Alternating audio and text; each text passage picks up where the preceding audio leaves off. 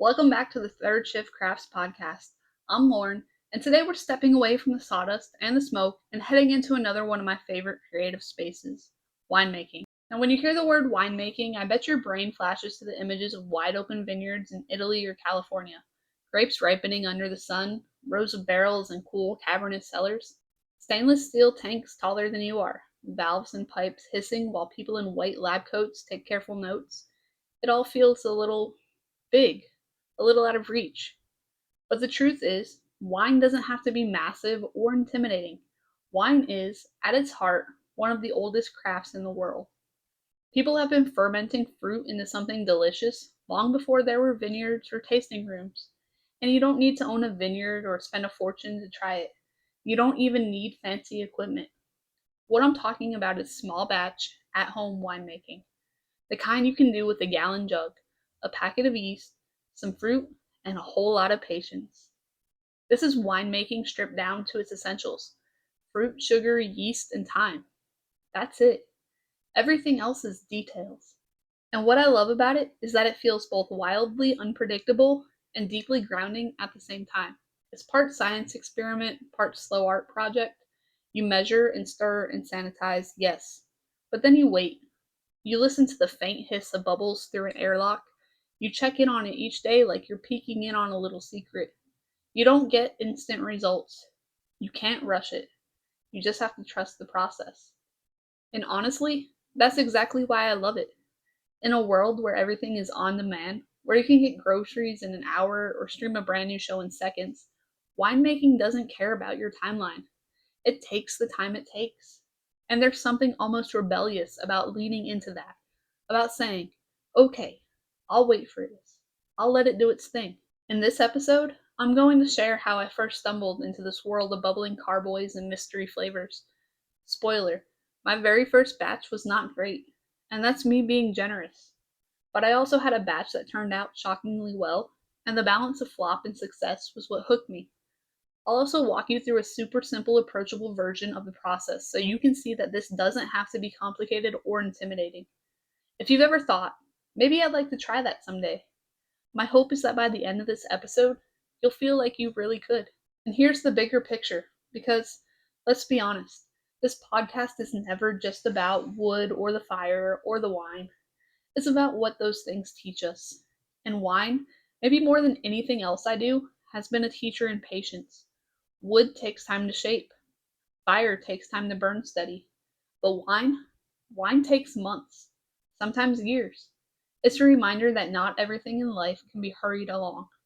That sometimes the best things are the ones that force you to wait, to pay attention, to care for them slowly. I think that's why winemaking fits so naturally with the third shift crafts philosophy. It's not about chasing perfection. It's about participation, about putting your hands into something that's messy, unpredictable, and real, whether the wine turns out smooth and sippable or sharp enough to make you pucker. It's yours. It came from your effort, your willingness to experiment, your choice to slow down and make instead of buy. And that, to me, is what makes it worth it. So grab a glass of whatever you've got nearby. Maybe it's a Cabernet. Maybe it's a boxed wine. Maybe it's just the fizzy water. And settle in, because today we're going to talk about small batch winemaking, why it's not as scary as it seems, and what it can teach you about crafting a life that feels more rooted and intentional. Let's talk wine.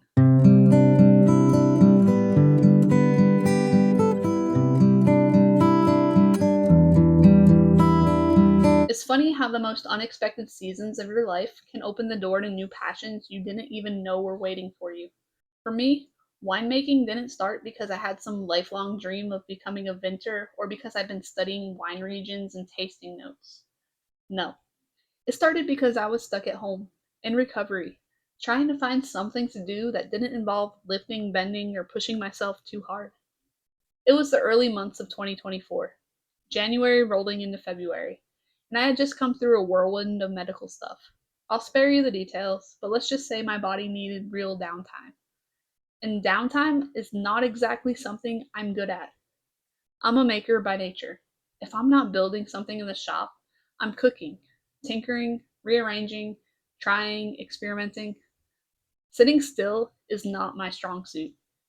So when the doctor said, take it easy, don't strain yourself, I knew I needed a project that could keep me mentally engaged without physically overdoing it.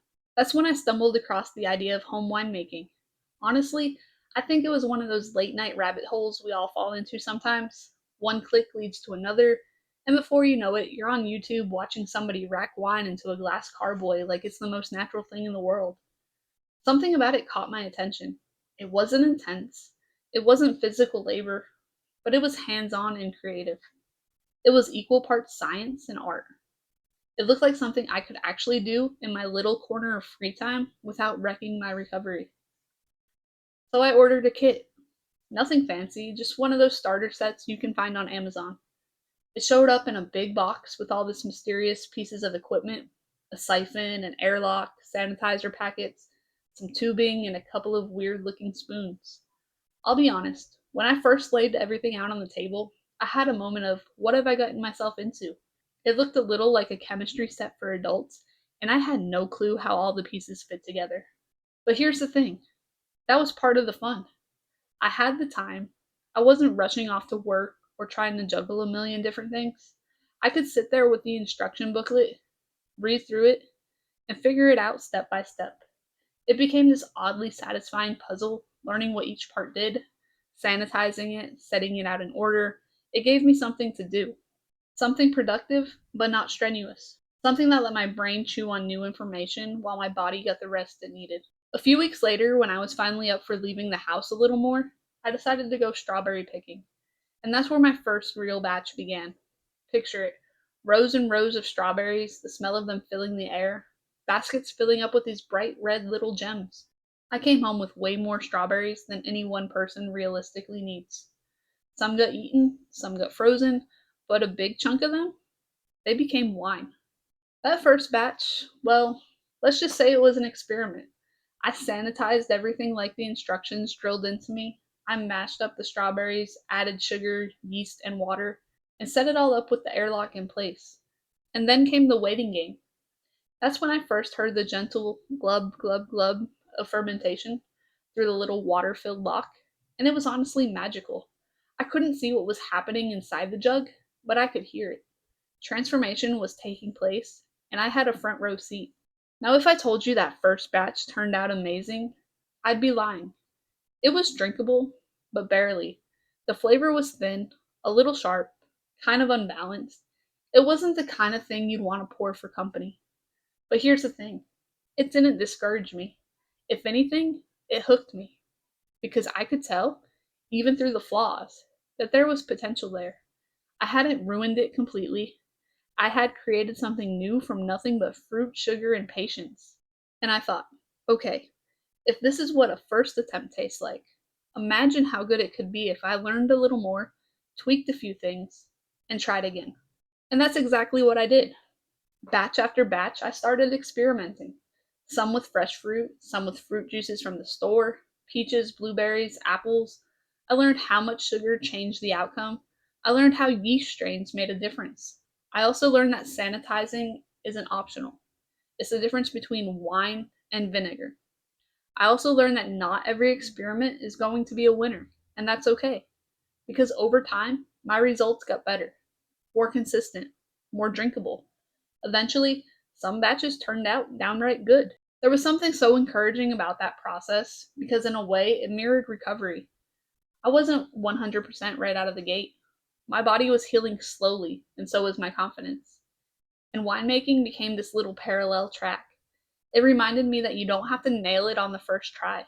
You just have to keep showing up, making small adjustments, and trusting that with time, things get better. And maybe that's why winemaking stuck for me. It wasn't just a hobby to fill some empty time. It became a rhythm, a reminder, practice. It slowed me down in the best way. It taught me patience when all I wanted was to be back on my feet, back to normal, back to busy. It gave me a reason to look forward to the next day, the next week, the next batch. Since that very first strawberry experiment, I've made wines that range from surprisingly delicious to, well, let's not talk about that one. But every single batch has taught me something, not just about yeast and fermentation, but about myself, about letting go of control. about being okay with imperfect results, about finding joy in the process, even when the outcome isn't perfect. And now, when I pour a glass of my own wine, whether it's smooth and fruity or just okay, I think back to those early days of recovery, to that Amazon kit spread across the kitchen table, to that first faint glub glub glub of fermentation, to the rows of strawberries that started it all. And I can't help but smile, because what started as a way to pass the time became a new creative outlet, one that continues to teach me patience, presence, and the beauty of slow transformation.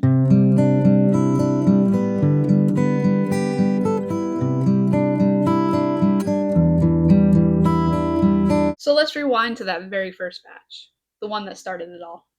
Picture it. I'm sitting home in early 2024, fresh out of a couple surgeries, still in that weird headspace when you're healing, restless, and just itching for something to do that doesn't require heavy lifting, bending, or, actually being a functioning human. I was stuck in this limbo where my body said rest, but my brain said, if we sit on this couch one more day, we're going to implode. That's when I stumbled on winemaking, or maybe it stumbled on me.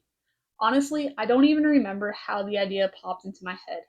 But I do remember typing winemaking kit into Amazon and feeling this little spark of excitement when I realized, hey, I could actually try this.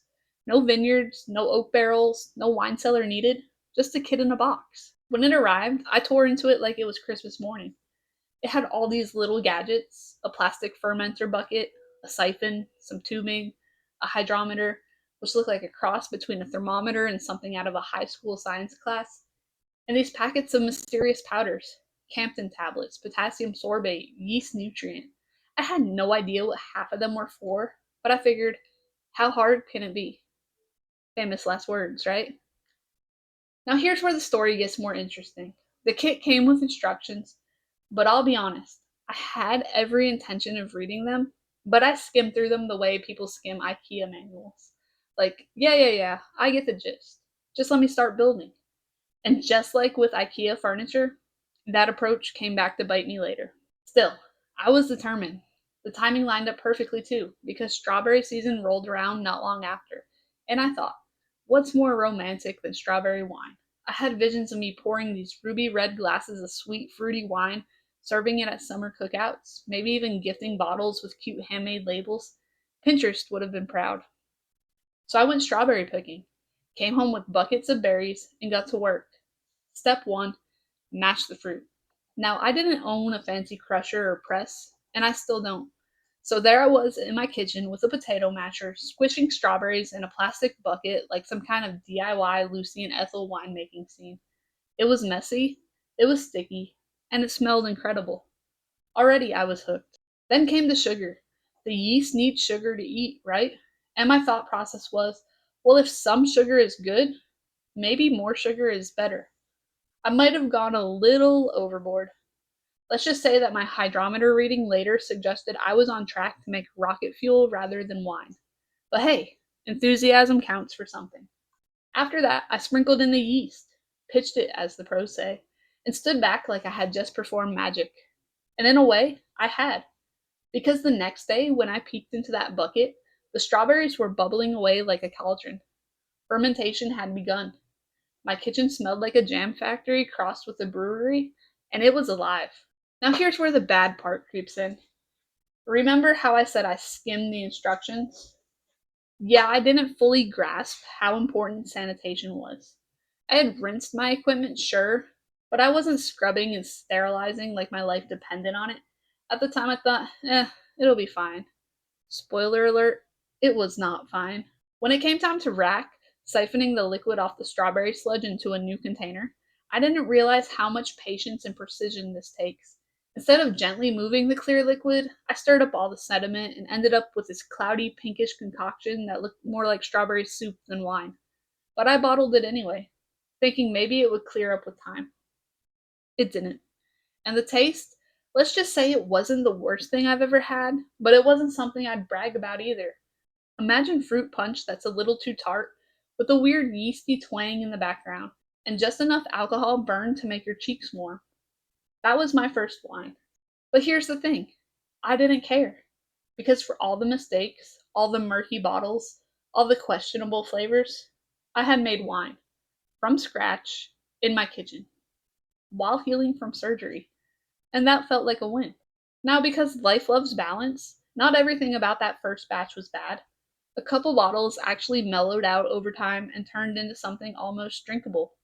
In fact, one night I cracked one open with a friend and we sat there sipping it, and she said, "Honestly, this isn't bad." I don't know if she was just being nice, but it didn't matter. In that moment, I felt proud. That's the funny thing about first projects. Whether it's a bar stool, a smoked chicken, or a bottle of wine, they almost never turn out the way you picture them. My first bar stool fell apart. My first chicken, dry as cardboard. My first wine, cloudy strawberry rocket fuel. But those failures are actually where the magic is, because they give you stories to tell, lessons to learn, and a reason to keep going. And here's where I noticed the crossover with my other crafts. Woodworking taught me that sanding is everything, that patience matters, and that rushing a joint means it's going to fail. Cooking taught me that fire is both friend and foe, that seasoning simple can still taste amazing, and that sometimes you just have to pour a glass of wine while you wait for the grill to do its thing. And winemaking, it taught me that time is an ingredient, that you can't rush fermentation or aging, that sometimes the best thing you can do is leave it alone and let it become what it's meant to become. That first batch of wine wasn't great, but it planted the seed for all the batches that came after. Blueberry, peach, apple cider style, even experiments with store bought juice that turned out shockingly well. And with each one, I got a little better. I cleaned my equipment more carefully. I measured sugar instead of eyeballing it. I learned to taste test along the way, to trust the process, and to be patient. Looking back now, I wouldn't trade that first bad batch for anything, because it wasn't just about the end result. It was about the process, the discovery, the excitement of trying something new when I needed it most. That's the part that stuck. So when I tell you that you can make wine at home, I don't mean you'll nail it the first time. You probably won't, but that's okay, because even the flops are worth it. Even the cloudy bottles and the funky flavors have a place in your story, and honestly, that's what makes opening the next bottle so satisfying.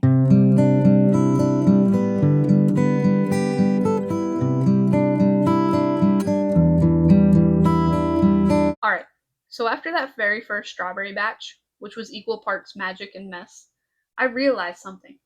If I wanted to get consistent results, I actually had to understand the process. And the good news? Once you strip away all the big words and intimidating jargon, winemaking is really just 4 steps. 4. That's it. Ferment, rack, age, bottle. Fruit, sugar, yeast, and time. Done. Now, of course, within those 4 steps are a million tiny details and tweaks you can obsess over. But if you're brand new and just curious, you don't need to get lost in the weeds. Think of it like cooking a chicken. Yes, you can brine it, season it 15 different ways, smoke it low and slow, or sous vide it at an exact degree for 6 hours. Or you can just oil it up, sprinkle some salt, pepper, and garlic powder, and toss it on the grill. Both will feed you, and both count. Winemaking is the same way. You can go down the rabbit hole with pH meters, oak spirals, and micron filters, or you can keep it simple, follow the 4 steps, and still end up with something drinkable that you made with your own 2 hands. Let's walk through those steps. Fermentation is the part that sounds the most mysterious, but it's actually the simplest. You start with juice, grape juice if you want to be traditional, but honestly, you can use almost anything. Strawberries, blueberries, peaches, apple cider, even cranberry juice from the grocery store aisle. If it's fruit based and has sugar, you can probably turn it into wine. Now, depending on the fruit, you might need to add a little extra sugar. That's not cheating, that's just giving the yeast enough food to do its job. Too little sugar, and you'll end up with a weak, flat drink. Too much sugar, and the yeast might get overwhelmed and stall out. Or you'll end up with something that tastes like cough syrup. It's about balance. Then comes the yeast itself. You don't just rely on whatever wild yeast happens to be floating in the air, though some old school folks do. You pitch actual winemaking yeast. Pitching just means sprinkling it in. The yeast eats the sugar, burps out carbon dioxide, and more importantly, turns the rest into alcohol. That's fermentation in a nutshell. Sugar in, alcohol out. The coolest part of watching it, a day after you pitch the yeast, your fermenter starts bubbling like a cauldron. If you're using an airlock, you'll hear this little glug, glug, glug sounds as the CO2 escapes. It smells fruity and yeasty and a little funky, like a cross between bread dough and jam. You know something is you know something alive is happening in there, and even though you can't see the yeast, those little organisms are working overtime, transforming juice into wine. It's a lot like cooking over fire. You can't see the molecules shifting when heat hits meat, but you can smell and taste the difference. It's alchemy. Once the yeast is done, usually after a couple of weeks, you'll have a liquid that technically is wine, but it won't look like wine. It'll be cloudy, murky, full of sediment. All those dead yeast cells, fruit pulp, and little particles that settle to the bottom in this layer called lees. If you drink it as is, well, let's just say your stomach won't thank you. That's where racking comes in. Racking is just a fancy word for siphoning the wine off the gunk into a new container. Think of it like decanting wine at a dinner party. You pour the good stuff into a carafe and leave the sludge at the bottom of the bottle. Except with winemaking, you'll do this more than once. Maybe two, three, even four times, each one a few weeks apart. This is the stage where patience pays off. If you rush it, you'll stir up sediment and keep ending up with cloudy wine. If you take your time, you'll watch it gradually clear into something that actually looks like wine. And trust me, the first time you siphon and see a clear stream running through the tube into your carboy, you'll feel like a pro.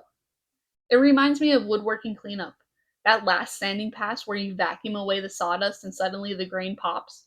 Or cooking when you skim foam and fat off a stock pot and end up with something clear and golden. Same principle. Clarity makes the final product shine. Aging. This is the hardest part. Not because it's complicated, but because it's boring. Aging is literally just waiting. Here's the thing. You can drink your wine as soon as fermentation is done and the liquid is somewhat clear, but it'll probably taste harsh, young, and maybe a little rough around the edges. Wine, like people, smooths out over time. Wine, like people, smooths out with time. Some wines mellow after a couple of months. Others really shine after 6 months or a year. The difference is dramatic. What starts off sharp and raw can deepen into something round, balanced, and layered. But you'll never know if you don't give it time. This is the part that taught me patience. With woodworking, I already knew waiting mattered. Rushing a glue joint or skipping a sanding step always comes back to haunt you. With cooking, I knew that letting meat rest makes it juicier, or that a stew tastes better the next day. With wine, I learned that time itself is as much an ingredient as sugar or yeast. You don't add it, you just allow it. The hardest bottles to save are your early ones, because you want to drink them. You want to see if all your effort paid off. But I promise, set one or two aside and forget about them for a while. Open them later, and you'll be amazed at how much difference time makes. Finally, bottling, the big moment. This is where your homemade wine starts looking like something you could actually give as a gift instead of a science experiment. You siphon the clear aged wine into bottles. You can buy new bottles, reuse old ones, or even go with swing top caps if corks feel intimidating. Traditionalists love corks, but honestly, caps work just fine. Don't overthink it. The fun part is labeling. You can handwrite labels, print them on your home computer, or go fancy and custom order ones. This is where the craft side of winemaking really shines. You get to name your wine, claim it, make it yours. And when you line up a few bottles of something you made yourself, that pride is hard to beat. Now, throughout all these steps, there's one golden rule that threads every stage: clean everything. I mean, spotless, sanitized, treated like you're scrubbing in for surgery. Because nothing ruins a batch faster than stray bacteria. This was a lesson I learned that hard way with my first strawberry batch. I didn't sanitize thoroughly, and some of those bottles picked up flavors that made them taste, let's call it funky. Not dangerous, but definitely not good. It's a little like grilling chicken. You can season it perfectly, cook it to the right temperature, rest it just so. But if you handled it on a dirty cutting board, you're asking for trouble. Same with winemaking. A tiny lapse can spoil the whole thing. So yes, buy the sanitizer powder. Use it and don't cut corners. Future you will thank you. When you lay it out like this, winemaking sounds manageable, right? 4 steps, a few tools, some fruit, some sugar, some yeast, and a lot of patience. That's what I want you to hear. It's approachable. You don't need a vineyard, you don't need barrels, you don't even need grapes. You just need curiosity and the willingness to play a long game. And if you think about it, isn't that the heart of any craft? You start with raw material, wood, fruit, and you shape it, guide it, and sometimes just wait for it to transform. That's the thread that ties woodworking, cooking, and winemaking together.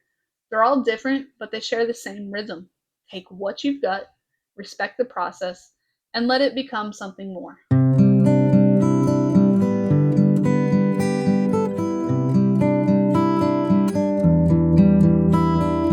When I first picked up that winemaking kit, I didn't realize it would become part of my creative rhythm.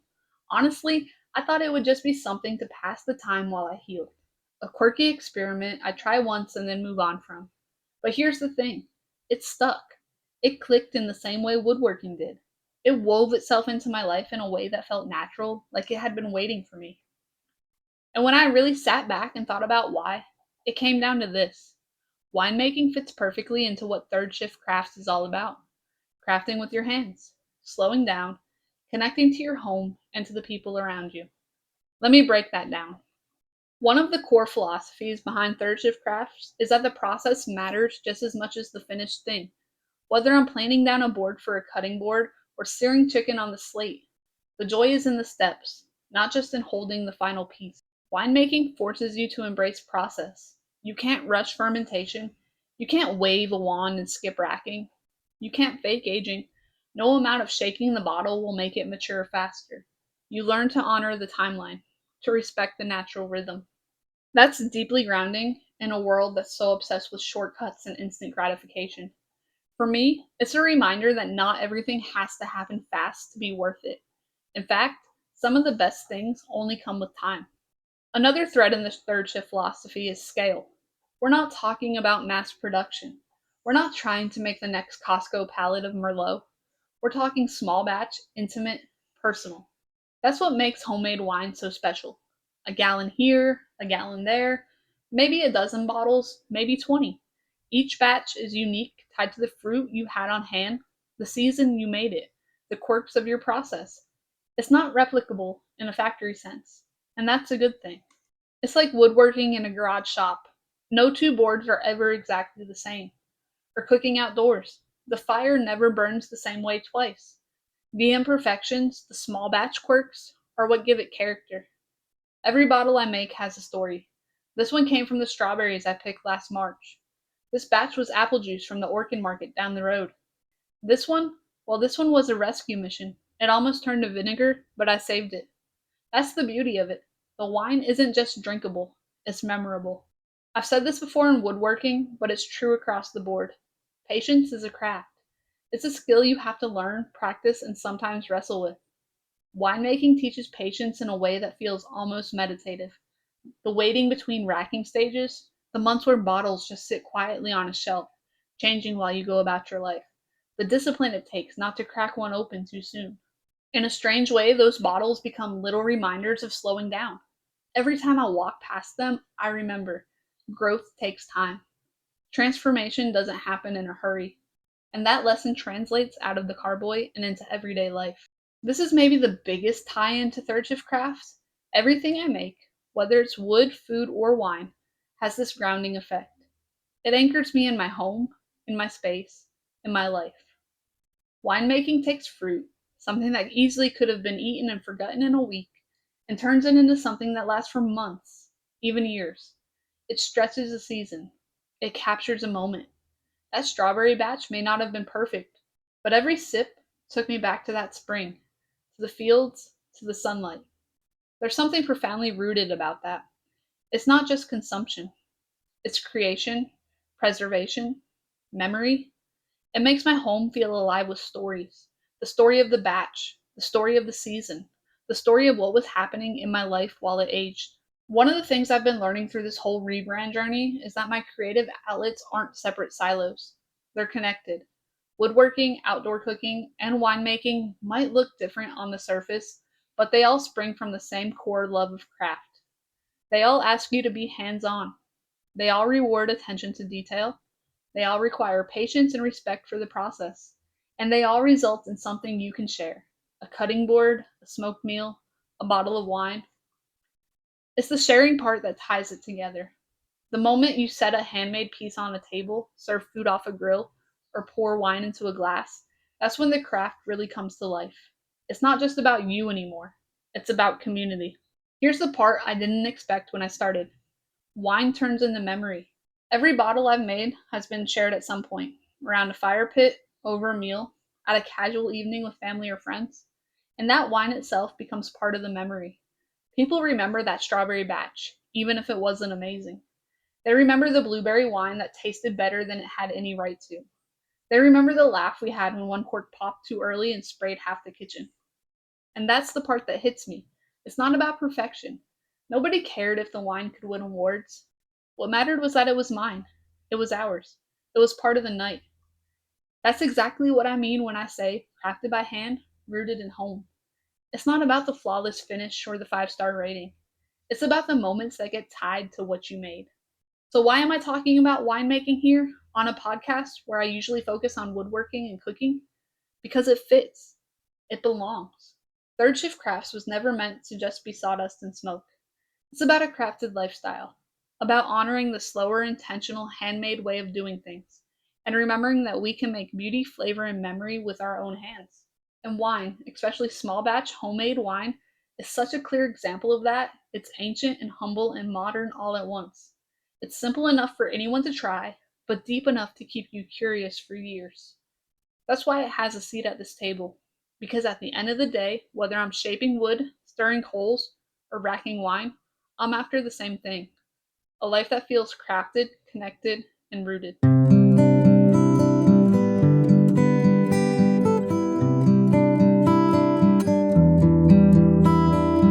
When I think about all the batches I made, the good, the bad, the forgettable, and the surprisingly great, what stands out isn't the flavor profiles or the fermentation notes.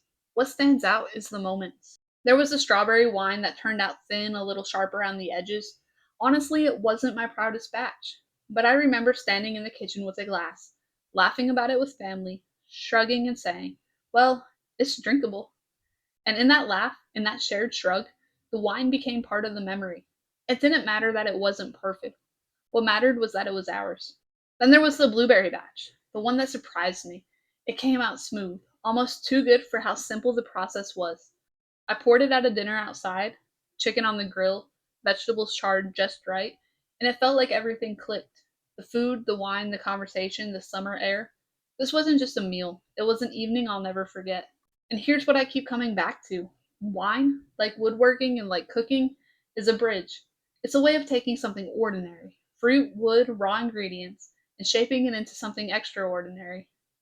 Something that brings people together. Something that lingers long after the bottle is empty or the board is cleared.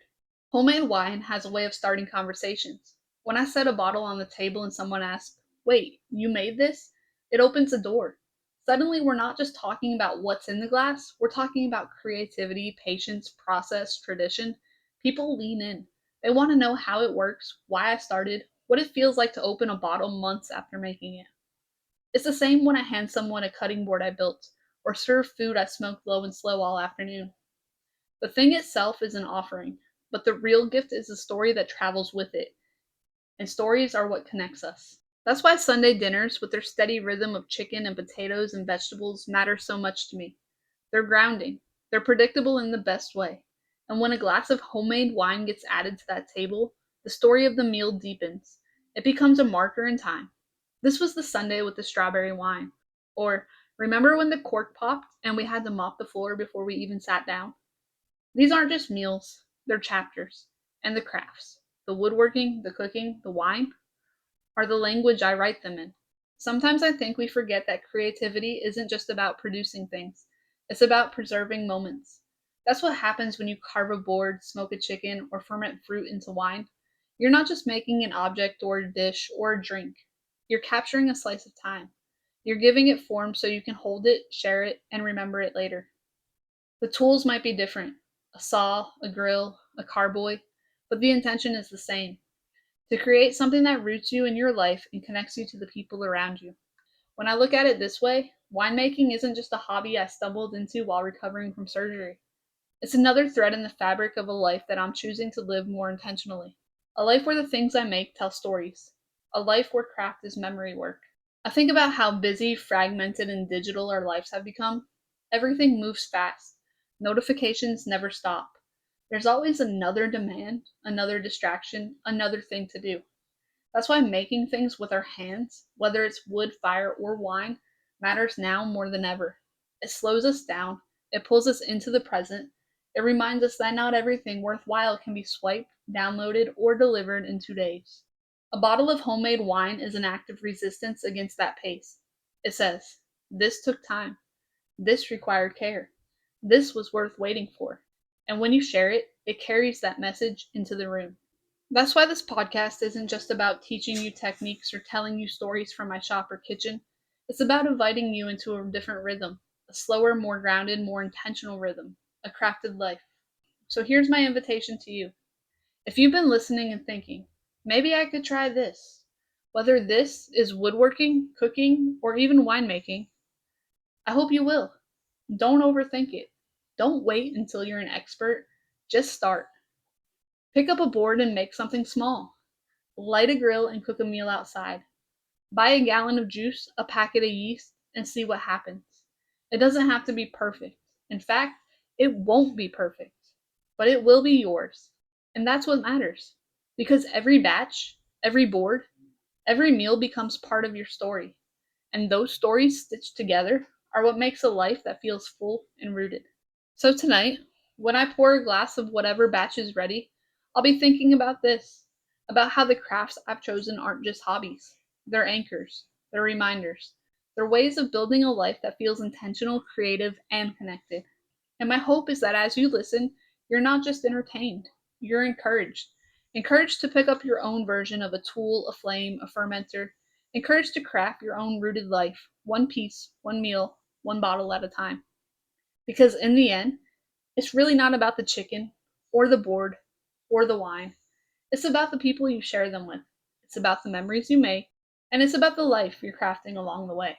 And that's where I want to leave us today.